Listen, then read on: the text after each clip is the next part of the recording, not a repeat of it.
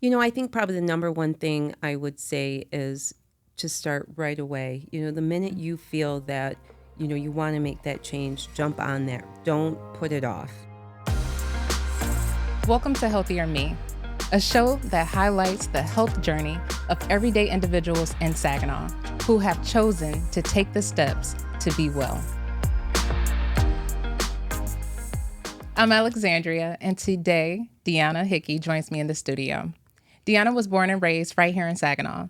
After experiencing a major bout of depression and anxiety, Deanna took control of her life and worked on improving her mental and physical health. By losing over 60 pounds, she rediscovered her power and is now helping others to thrive in their life. Thank you so much for joining me.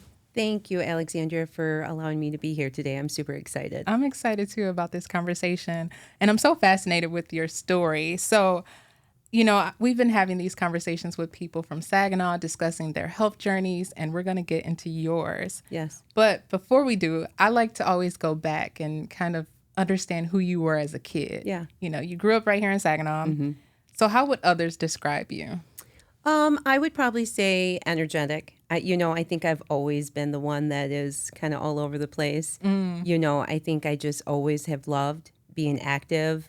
I was kind of the tomboy. I didn't really, my mom wanted to dress me up in dresses, and I wanted to run around and play kickball and basketball and, be like that. So I wasn't really a girly girl growing up. I really enjoyed just jumping around and playing.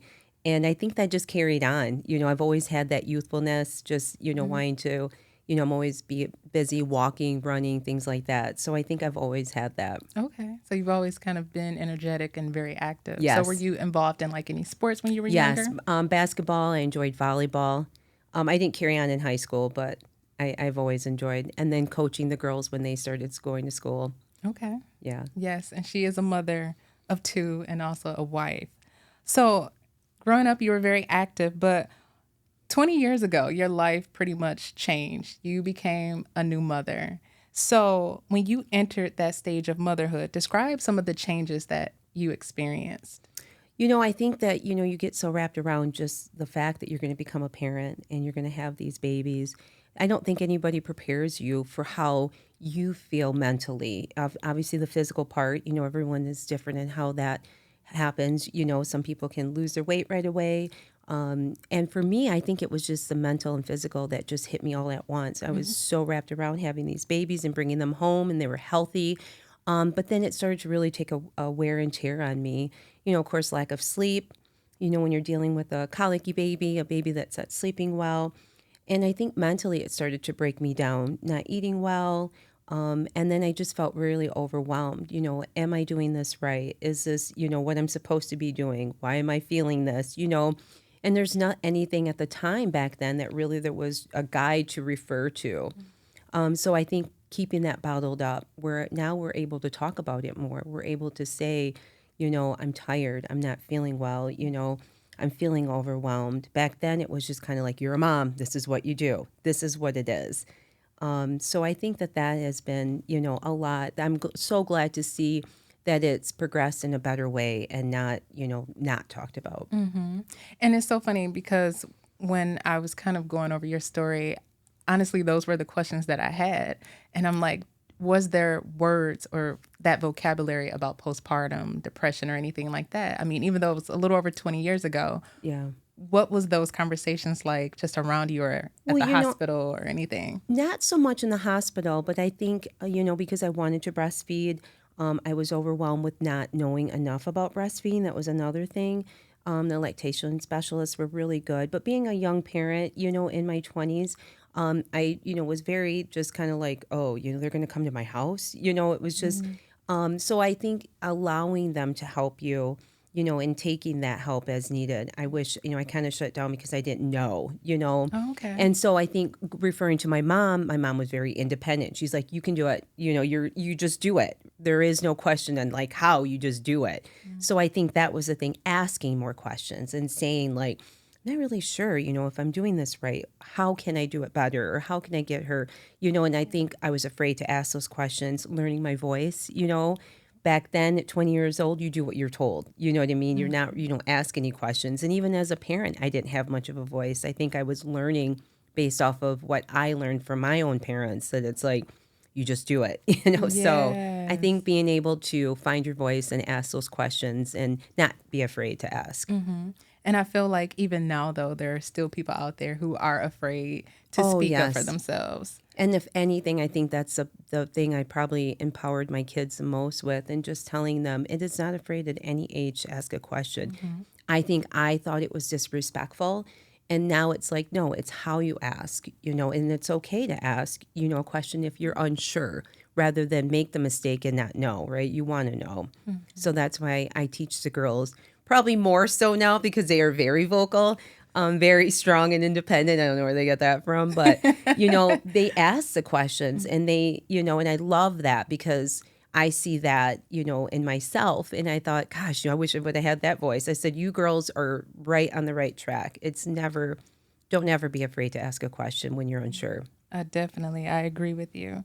So I am curious to know, I know at that time you were going through postpartum Yes. depression and you elected for medication. Yes. Talk about that or describe what that felt like. I think I wanted a quick fix. I think that feeling that I was not myself and that out of body experience of just not feeling.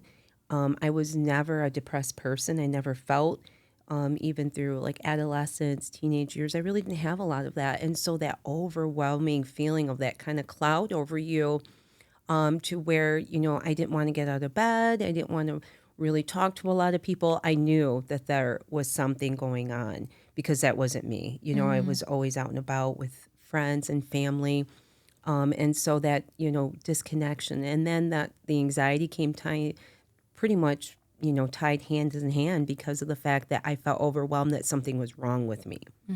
That, you know, was I losing my mind, lack of sleep, lack of food, you know, things like that, that I just, so when I went to my family doctor, she had prescribed a medication that would help me. I thought, okay, the next day I'm going to feel good. And it wasn't the case. You know, it So how did took it make you feel? more tired. Okay. It take, you know, and understanding now, you know, how it goes into your system and it affects, you know, your brain and how it has to get those, you know, chemical imbalances. Now reading more about it, you know, I didn't look into it, you know, and so it took weeks to get into my system. And then I hit a high, probably 6 weeks into it. Okay. You know, I had to kind of bear it down and, you know, my husband didn't understand what was going on. You know, I had two babies at the time now, back to back. So now I'm dealing with that. And then finally I started to perk around. But this time, you know, I could feel my body changing more so in a reverse way. I was just like, here I thought I would, you know, have the energy. I started to gain it, but along came the weight. And I thought, you know, I was never really a heavy person. But then the weight started to. And then, you know, I wanted to get on some sort of birth control to kind of get myself regulated. And then that hoarded more weight too. So then it went back to that, you know, reverse cycle where it was a depression again because I'm like, what am I doing? You know, why am I not losing this weight? What is going on? So I think, you know, from there, that's when I'm like, okay, I think I just need to cleanse my body after probably 3 or 4 years of that, if not more. Okay. So you were on that because your children are like 2 years apart. Yes. Okay. Yes. And so after the second baby, you decided to get on the medication and then birth control. So you're Yes. doing that for 4 to 5 years. Yes. And with the medication at the time, you know, it stays in your system, but then your body becomes used to it. So you either need to up a dose or add a medication. So I wanted to get off of that. And then in the meantime, I still needed something to keep me balanced. So then we added another medication. I thought, is this going to be my life? That I'm just going to constantly need more and more or added, you know, additional. And so that's when I finally just thought to myself, I think I need to take a hold of this and just cleanse my body of everything, start fresh, and then see what I need. And I wasn't against medication, but I felt like I wasn't, it was like a little patch. It was a quick fix. And so I wanted to find ways that I could better myself naturally. And that's when I did that. And it was just a game changer once I was able to. I like the fact that you're like seeing the changes within yourself. You're recognizing it. I mean, was there anybody else speaking from the outside, like, oh, Diana, you're a little bit off, like, or was that just you? No, I think my immediate family could tell, that I just wasn't, I was so disconnected. But I think they were afraid to say anything, to hurt my feelings or say, you just don't seem like yourself. You're sleeping a lot, or you're tired, or you're just, moody or whatever. And I think I needed to hear that because I was feeling it. Like, is anybody else seeing it?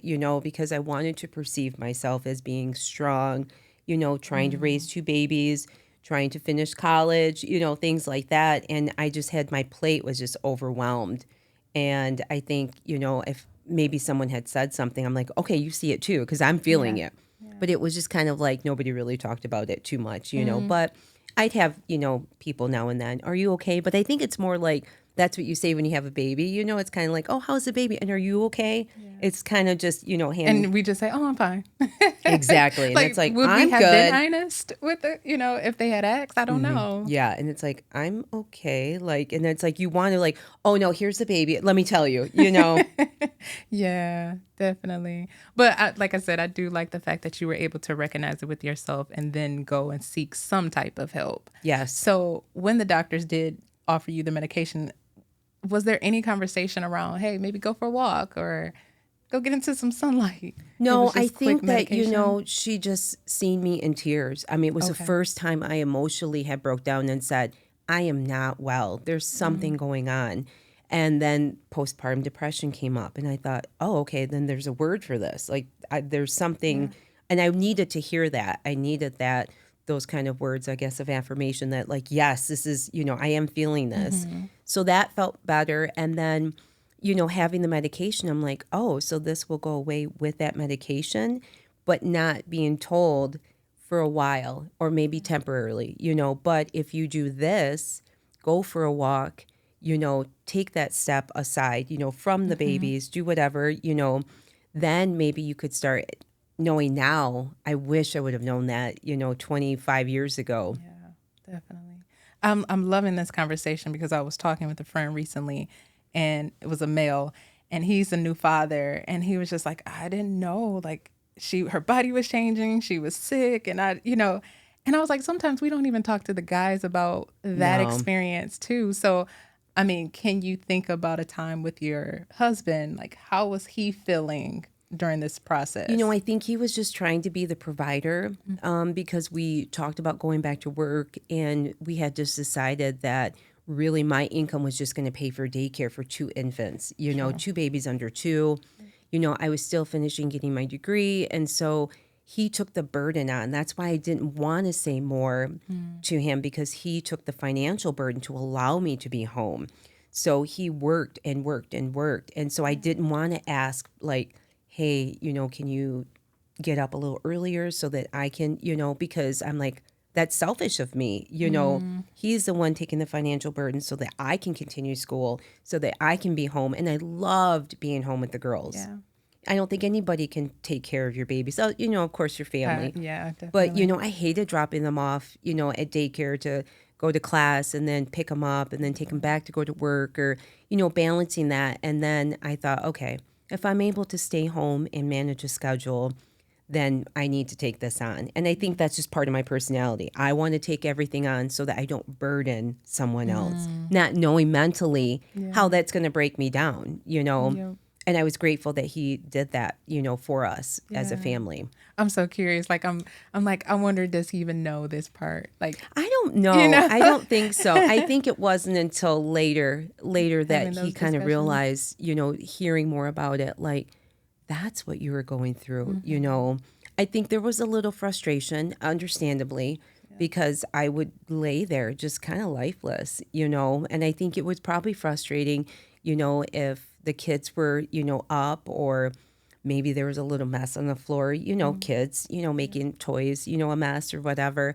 And that's not me. I would pick up like everything be in place. And to kind of just see me laying there, I'm sure it was probably frustrating for him because he didn't know. Now he would say, are you all right? You don't seem okay today, And so I think, understanding that better now for him too. That's awesome. So now that you decided to make this change and you were intentional about getting off the medication and things like that. What was that spark like?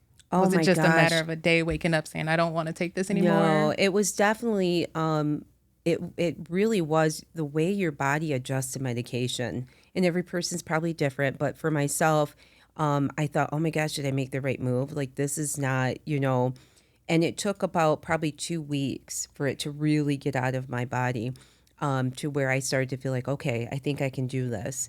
And then under the consultation of my doctor, I didn't do anything without letting them know. And so I think it's very important. I want to make that, clear that it's very important to be under the consultation when you're adding or taking away Yeah. medication. And so with doing that, then I started to feel, this kind of weight lifted off of me and clarity. And I thought, wow, and I think starting to, kind of manage my diet better and starting to move a little bit more and having that energy to want to take the kids for a walk on a nice day. And now by this time now they're already entering school. Okay. So I was they're wondering what their ages were at yeah, that so they're point. learning to ride their bike and they want to be active. And so, I get out there with them and let them ride their bike and I'd walk and I'm like, wow, this feels really good. Like I'm not tired from it. And so moving with them and they were always wanting to play outside, basketball and, all that kind of stuff. So it was just like so motivating to want to do because I'm like, oh, the kids want to go out there. I'll go out there with them Yeah. too. So And how so old were they at this point I that want to you're say probably like 6, 7, okay? between 6 and 8, right in there is when, and I'm so glad that I did this now in my later 20s before in my 30s, because I think had I waited as, especially for women, I think I would have struggled more. So the weight slowly started to come off. I think that's when I really introduced myself into more intermittent fasting, where I felt better in that fasting, spiritually and physically. I think it's really just good for the body to just kind of cleanse yourself, and then slowly intake, and so doing that just made me feel so much better. And, slowly incorporating, smaller meals instead of big meals, like one big meal and then little things, throughout the day, making those into smaller meals, I was able to just, slowly take the weight off. And I hadn't realized until people had noticed, that, I had lost. Now, this is probably 2007, I would say. Okay. And so people were like, oh, you lost weight. I'm like, oh, I guess I did. I had noticed things were getting a little looser, but I hadn't like bought new clothes or anything. And then I thought, oh, and it wasn't until I started seeing pictures, I thought, you guys let me walk around like that? Was that heavy? I was like, they're like, we didn't look at you that way. I go, I was big. I'm like, you guys could have told me I was a big girl. Oh my gosh. Yeah. So So I, you wasn't even like keeping track of your weight or anything like that. You were no, just no. existing Yeah, I almost. was, and I know that I had to buy bigger clothes, but I think I just attribute it to, the baby fat, right? That we Yeah. call it, after having 2 kids back to back. And so it wasn't until, I started feeling that, the weight coming off and I was able to get into, because I don't get rid of old clothes. Like I keep, it's coming back. So I was like, oh, I can zip these up. Yeah. Like I don't have to lay down and zip them up. Like I can stand up and zip them up. I thought, okay, and it just, again, kept making me want to move more and watch what I intake. And then I think it just, trickled down to the girls also, because then what I ate, they wanted. They constantly modeled me. And I'm so glad that in those impressionable years, I was able to do it the right way Yeah. so that they would see that, that I would have a snack and I would have a meal and we would always eat together and prepare together. And I think that was so important to do it the right way. And so I enjoyed all of that. That is so cool. I mean, you said a lot. So I'm thinking about the kids this age. I'm thinking about the fact that there was almost, it sounds like a mental fog that kind of was over your life for a period of time. Oh, yes. And then you finally said, okay, I'm going to be intentional about getting off the medication. I'm going to go outside for a walk. The kids are playing with me now. So it almost sounds like a 5-year period. And I'm just thinking about the women out there who maybe are having children or had children. How long does this mental fog last? For me, it probably lasted way much longer than I probably needed it to. But I think knowing the importance of taking care of myself, and keeping that important, because if not, I couldn't take care of the kids, Yeah. and I think I'm like, it's okay for me to be, I guess, considered selfish and trying to get better, because what I was doing, I wasn't making myself better for the kids, being, tired and not feeling myself and just down. And so I think taking that time, I wish I would have done it right away, but not, just being afraid to ask, I again, mean, but going that back was your to, journey. yeah, It was just your in journey. several years. So if I see anyone that is possibly going through, that's the first thing I want to say to them, is, for one, how are you doing? And for two, have you talked to anybody yet? Like, what are you doing right now? And not being afraid to ask that question, because, even with my girls, what's going on. Yeah. You can tell. If you're close to someone, you can tell. Yeah, you can see when they're off. And I kind of like it too, this conversation, because I'm hearing like, we need a village. Yes. We need a village. And it's so important for moms out there. I don't know what it is now in this society where we're just trying to do everything on our own. And that was kind of your story, Yes. where you're just, no, I got it. I can do it. I'm superwoman or whatever. But we need a village. We do. And, I can't say I can take all the credit. I did have, good support from my family.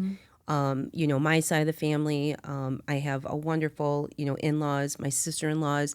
When I started to come out and talk more about it and I felt comfortable, they would stay with me, because I was afraid to be, alone, Yeah. when my husband was at work. So they would stay with me and we'd watch our favorite shows and stuff. So I'm so grateful for that support in that. I just don't think anybody wanted to tell me like a suggestion of what to do or have you tried this, because nobody knew, Yeah. But I think they knew something was going on, and it was only comforting to be surrounded by my family. So I'm so grateful, for conversations and the support of that. Plus, all our kids are the same age, so it was just Oh, yeah, that nice, works. yeah. That helps. I guess when I kind of think about the village, I feel like you've been able to create that now. Yes. And After, it's so yeah, important for me now to do that. And I love that whatever it is that they need, to have that foundation of support from everyone, and just pulling people from different directions and saying, come on, let's do this. We're going to be here for, and I yeah. think it's important. But you're doing it also just as a coach now, like Yes. helping people train and live better and eat better. Like you're doing that now, which is so Yes. fascinating. I always like to hear people's stories, because you can find the small connections. Yes. And I see that in your story. Where And I you're now love doing it. that. I love being able to build these programs and redevelop things that, we used to do in the past, and make them better. And just anybody can do it, and I think sometimes people get intimidated. And so I think they're like, oh, I can't run. And I thought, no, I thought I couldn't run. And here I am, been running for 12 years, over 12 years. So anybody can do it. Yes. Let's look at one of your photos with your group. Now, I know you coached a team called Couch to 5K, and I just really love that name. And I'm not sure if this was the Couch to 5K or not. But, Yes. So this okay. is, we partnered with Be Well, and this is through the Y. And so we were able to, originally, we used to have Run for Your Heart through MCBI, and I was one of the coaches, and then COVID shut that down. So when we came back and partnered with the health department, they wanted to redevelop a training program for all ages and all types, levels. And so I thought, yes, let's bring this back. This is great. This is how I started. And so I was able to, get coaches from that previous program, all volunteers, and we were able to do this. So this picture, I think, is from 2023, from last year. And so this is right before the race. And I just love the smiles. They were so dedicated, the father and son there on the left. They just were so great every week, coming out and just encouraging each other. And we had runners and walkers and ones that did intervals. So they did like a walk run, but they all completed. And some of those participants returned this year to beat their goals and continue on. That's exciting. Why was that important for you? I think, not having anything like that when I started to run, I thought it was so important to have a beginning, and I thought, wow, if we could have somebody as a support that says, hey, I'll walk with you, I'll run with you every week for an hour. I think I just mentally wanted to do it and just kind of set individual goals. I was able to take that and develop this program in the same way, but with a support group. Yeah. And I think how important that is for us to have that. And I love that my coaches show up every year and help. That's amazing. That's a big group too. It is. Yeah.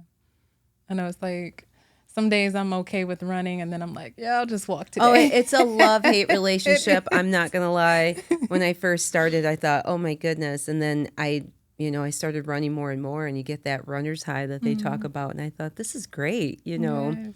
I never thought I would go past 5K, and now I'm doing half marathons, kind of in the back thing, and a full, but we'll see. Yes, I believe you're going to get there. I know you will. So, you've also become certified as a weight management coach. Yes. So describe what that new role looks like. So again, with Be Well, we are able to have, this program, Coach Approach, with the Y, I should say. And so with this, we've been able to make it affordable through the grant funds that we get, that someone can sign up that doesn't know where to begin their weight loss journey. Okay. And we have several coaches that are certified that create the plan after we look over their intake. And we just design a program that I never use the word diet. I use lifestyle change, because this is forever. Like, this is what is going to carry on from day one. It's not just a short-lived thing. And so I tend to incorporate my own journey. But there's so many things now that have changed from then till now. So it's kind of just rolling with that. What do you mean so many things have changed from then and now? now? Well, I think with diet and exercise, I think, some people are not really probably knowledgeable about protein intake, low carb, no carb, all the things that we would say, these fad diets that are, intermittent fasting. Some people, that's a debatable thing for people. And I think now just knowing that our body needs to be replenished, right? We need to fuel our body with the right foods of just, whole grains, fruits, vegetables, things like that, and not deprive ourselves. I think we tend to beat ourselves up because we crave something. Well, our body needs it.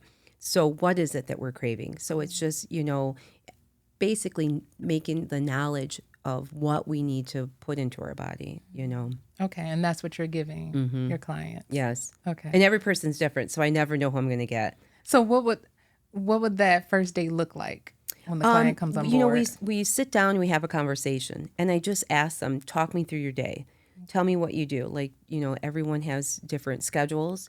So, I dealt with someone who worked nights, so it was reverse, which was really difficult. Recently, I worked with a young man who, probably one of my favorite clients I worked with, and he just was really just eating a lot of fast food. And I thought, oh my gosh, you're going to be the easiest. You're going to lift 10 pounds like that. Within less than 2 weeks, he lost 10 pounds. Wow. He's almost at 20 pounds now. Wow. Yes. And it was just omitting that fast food and teaching him how to cook at home. And now he loves it. Yeah, it's our society. We kind of live in that instant gratification, and It's we want so it right now. easy. You download the app, they deliver it to your door. Yes. Oh my gosh, my daughter, she's look, off on a tangent. My daughter's like 10 years old, and she's like, "Can I just DoorDash?" Yes. Like, you're 10. I couldn't imagine that. No. And I'm like, I didn't even pay for delivery of pizza back then. So it's like, I'll just go and get it. And I'm like, no, never mind. Yeah. I'll throw a frozen pizza in. It's like, now it's like, it's so easy. It's very easy. And once he deleted those apps and did all that, and he's like, oh my gosh, I cooked this. And I'm like, that's great. I'm like, I'm going to steal that recipe, So I think just really developing a close relationship with them and telling them that you're there the entire time to support them on good days and bad days, because you have to give them that, it might be a day that you're not feeling it, and you want to have that meal, that you want to have that treat. And it's okay as long as you're not doing it continuously. Yeah. In movement. I mean, nobody understands how important it is to just walk 20 minutes after a meal. Just go out and walk. So that would be the suggestion. Yes. After you eat, go and walk. Yes. Okay. It doesn't have to be like a brisk walk, but, it just helps the body to, metabolize and break down. And, it's a lot of times if you overeat, you tend to get little, sleepy. It's like, get some fresh air and walk. Yeah. So what would be maybe one piece of advice that you would give someone out there who is looking to get started? What would you tell them? I think probably the number one thing I would say is to start right away. The minute you feel that, you want to make that change, jump on that. Don't put it off, and whether it's, just dieting or exercising or whatever you want to do to make that change, I think making sure that you jump on that right away. Food journaling is a good thing too, writing down, even if you don't change what you eat, write down what you eat. I don't think that we think about, what we put in our body. No. And that's so funny because when I was like really training very hard, I had an app, and so I would record my Yes. intake.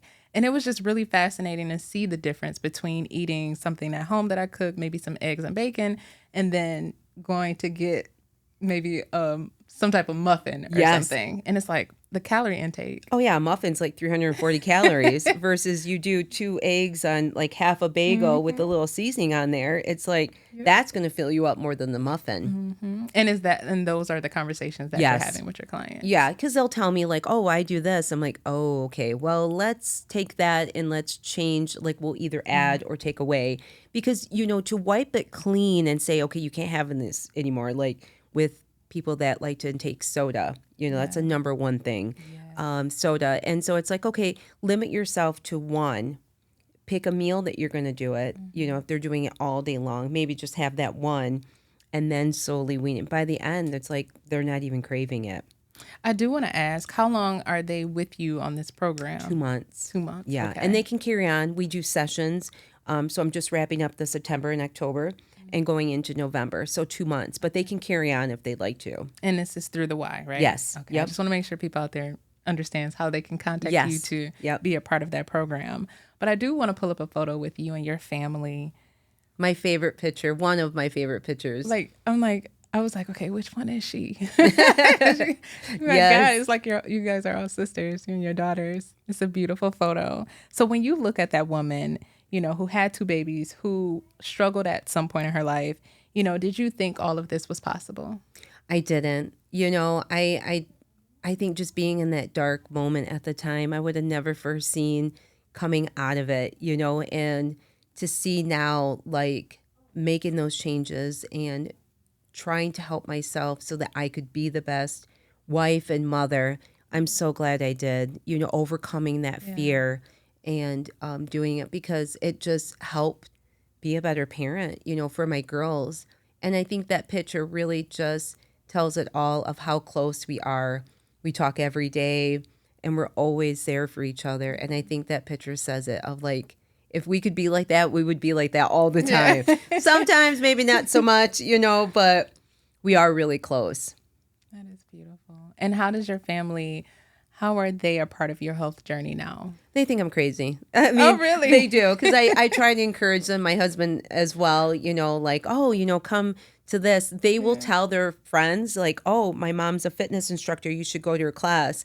But rarely will they come with me. Okay. My youngest will run with me, here and there. We'll go for a run. They both work out, but on their own. Okay. So they are active and they've always been active. But as far as like coming with me, I know my mom's just crazy. What she does is crazy. That's what I was thinking. They probably like, I don't want to be a part of that No, class. they're like, my mom's crazy. Like, and I'm like, no, it's not like that. They're like, no, you're gonna kill us. I'm like, it's not like that.